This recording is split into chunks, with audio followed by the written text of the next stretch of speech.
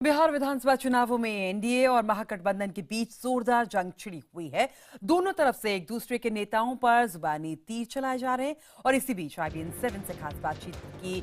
बिहार में बीजेपी के बड़े चेहरे सुशील मोदी ने बिहार में जेडीयू के साथ सरकार में गठबंधन टूटने पर बेबाक राय अपनी रखी।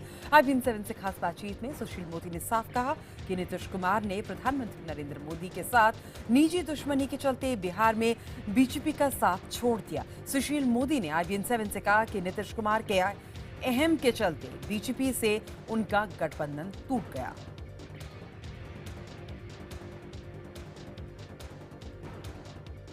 खेत को दोनों भाइयों ने मिलकर जोतने कोड़ने का काम किया, लेकिन जब फसल काटने का समय आया तो मजदूरी मांगने अकेले चले गए फसल काटने।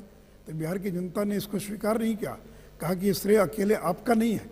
अगर बीजेपी नहीं साथ में होती तो बिहार के अंदर 7 वर्षों के अंदर जो भी कुछ काम हुआ है वो काम नहीं होता जो है। तो अगर इतना अच्छा काम कर रहे थे आप लोग, तो आपने क्यों नहीं उनको समझाने की कोशिश की, क्यों नहीं उनको साथ लाने की कोशिश की? देखिए, ये ईगो प्रॉब्लम था।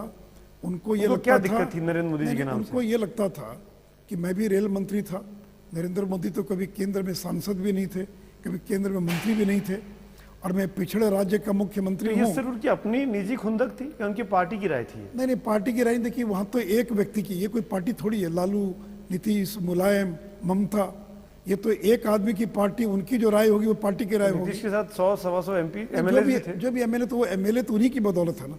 ये कोई बीजेपी जैसी पार्टी थोड़ी है या तो उन्होंने जैसी अपनी राय की वजह पूरी राय पार्टी पे थोप दी। आज उसी का परिणाम है कि जनता दल यू का आज भी आधे से ज्यादा कार्यकर्ता इस पक्ष में है कि नीतीश कुमार ने गठबंधन तोड़कर गलत किया। उनको गठबंधन नहीं तोड़ना चाहिए था। बिहार में एक अच्छी सरकार चल रही थी, बिहार की प्रशंसा हो रही थी, एक भली अच्छी खासी सरकार जो डिलीवर कर रही थी केवल अपने आम की पुष्टि, आम को तुष्ट करने के लिए। और कहीं ना कहीं एक प्रधानमंत्री बनने का सपना था। उनको लगता था कि फ्रैक्चर्ड मैंडेट आएगा और 20-22 भी सांसद में जिता कर ले गया।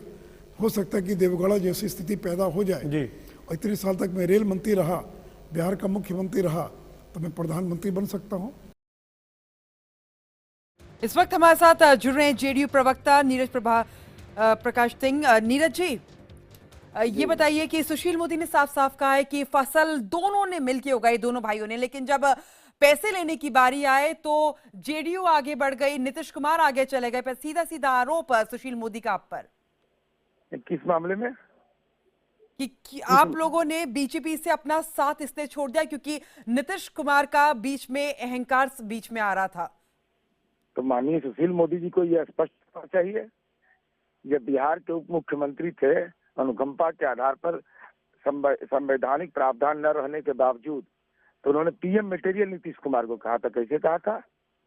माननीय नीतीश कुमार की नेतृत्व क्षमता सुशील मोदी जी को एहसास हुआ था और आदरणीय नरेंद्र मोदी जी उनके देश के प्रधानमंत्री हैं, तो उनको क्यों नहीं बुलाते थे बिहार चुनाव के प्रचार में? ये सुशील मोदी जी को इसका जवाब देना चाहिए। असल सवाल यह है कि भारतीय जनता पार्टी घबरा गई है। 2 चरणों के चुनाव के बाद यह स्पष्ट हो गया है कि बिहार की जनता ने मन बना लिया है महागठबंधन के पक्ष में। और जब यह बात समझ में जब आ गई तो भाजपा के नेता बेचैनी में बयान दे रहे हैं, ट्वीट कर रहे हैं, तरह तरह की बयानबाजी कर रहे हैं। बिल्कुल, लेकिन आज तो ट्वीट नीतीश कुमार ने भी किया है कि आज ही दर्शन कर लीजिए, अभी दर्शन कर लीजिए मोदी जी की, कहीं उसके बाद नजर आए ना आए चुनावों के। तो आप लोग ये बेचैनी में ट्वीट नहीं कर रहे हैं आपकी पार्टी की तरफ से? नहीं, बिल्कुल नहीं, क्योंकि देश के आदरणीय प्रधानमंत्री जी पहली बार यह रहा है कि किसी राज्य के चुनावी अभियान में जिस तरीके से उनका कार्यक्रम लगा और कार्यक्रम लगने के बाद 2 चरण के बाद विराम लग गया, उसका प्रधानमंत्री जी के विदेश दौरे के कार्यक्रम घोषित हो गया। तो हम ये जानना चाहते, चूंकि प्रधानमंत्री जी पुनः आ रहे हैं, तो माननीय नीतीश कुमार जी ने भाजपा नेताओं को सलाह दिया है कि दर्शन कर लीजिए नरेंद्र मोदी जी का, फिर तो चुनाव के बाद ये मिलेंगे नहीं। क्योंकि चुनाव, लोकसभा चुनाव के 15 महीने तक बिहार की जनता को दर्शन नहीं हुआ था आदरणीय प्रधानमंत्री जी का, इसलिए ये सवाल प्रासंगिक है। नीरज जी, आप हमारे साथ बने रहिए। इस वक्त हमारे साथ श्रीकांत शर्मा जुड़ रहे हैं बीजेपी से। श्रीकांत जी, सुशील मोदी ने जो कहा है कि अहम के चलते नीतीश कुमार ने गठबंधन तोड़ा भाजपा से, सीधा सीधा जेडीयू भी कह रही है कि आप लोग ये सारी जो बातें हैं, क्योंकि आप बौखला गए हैं, आपको पता है कि आप लोग इस चुनाव में बुरी तरीके से हारने वाले हैं, इसीलिए इस तरीके के बयान आप बीजेपी की तरफ से आ रहे हैं। देखिए, ये तो वास्तविकता है और इसमें तो लालू जी स्वयं कहते हैं कि ऐसा कोई सगा नहीं जिसको नीतीश ने ठगा नहीं। नीतीश जी की राजनीतिक महत्वाकांक्षा इतनी बढ़ गई कि उन्होंने जो 2005 में और 2010 में बिहार की जनता ने जो विकास के लिए मैंडेट दिया श्रीमान नीतीश जी को और भाजपा को, और नीतीश जी ने उसी बिहार की जनता के साथ विश्वासघात करके, जिस व्यक्ति के साथ 20 साल तक आप लड़ाई लड़ते रहे, जिस व्यक्ति को आपने लालू को जेल भेजा और आप सत्ता बचाने के लिए, कुर्सी बचाने के लिए लालू जी की गोद में जाकर बैठ गए, और जब से आप उनकी गोद में बैठे हैं तब से बिहार का जो जीडीपी है वो 16% से 8% के नीचे आ गया, और जो अपराध का ग्राफ है वो 40% बढ़ गया। इंडस्ट्री यहाँ बंद हो रही है, 80% विकास के कार्य रुक गए हैं, युवाओं का बड़ी तादाद में पलायन हो रहा है। श्रीमान नीतीश कुमार जी का तो ये चरित्र है कि वो मौका परस्त हैं और उन्होंने विश्वासघात सबके साथ किया है। और अभी तो वो एक अपने किसी बाबा से मिल रहे थे और बाबा से मिलने के साथ साथ लालू जी मुर्दाबाद के नारे लग रहे थे। किस तरीके से वो अपने ही जो सहयोगी हैं, पब्लिक में तो लालू जी को मसीहा कहते हैं, और जब अकेले में किसी साधु संत से मिलते हैं तो वो साधु संत मुर्दाबाद के नारे लगाता है और नीतीश जी बहुत खुश होते हैं और गले लगाते हैं।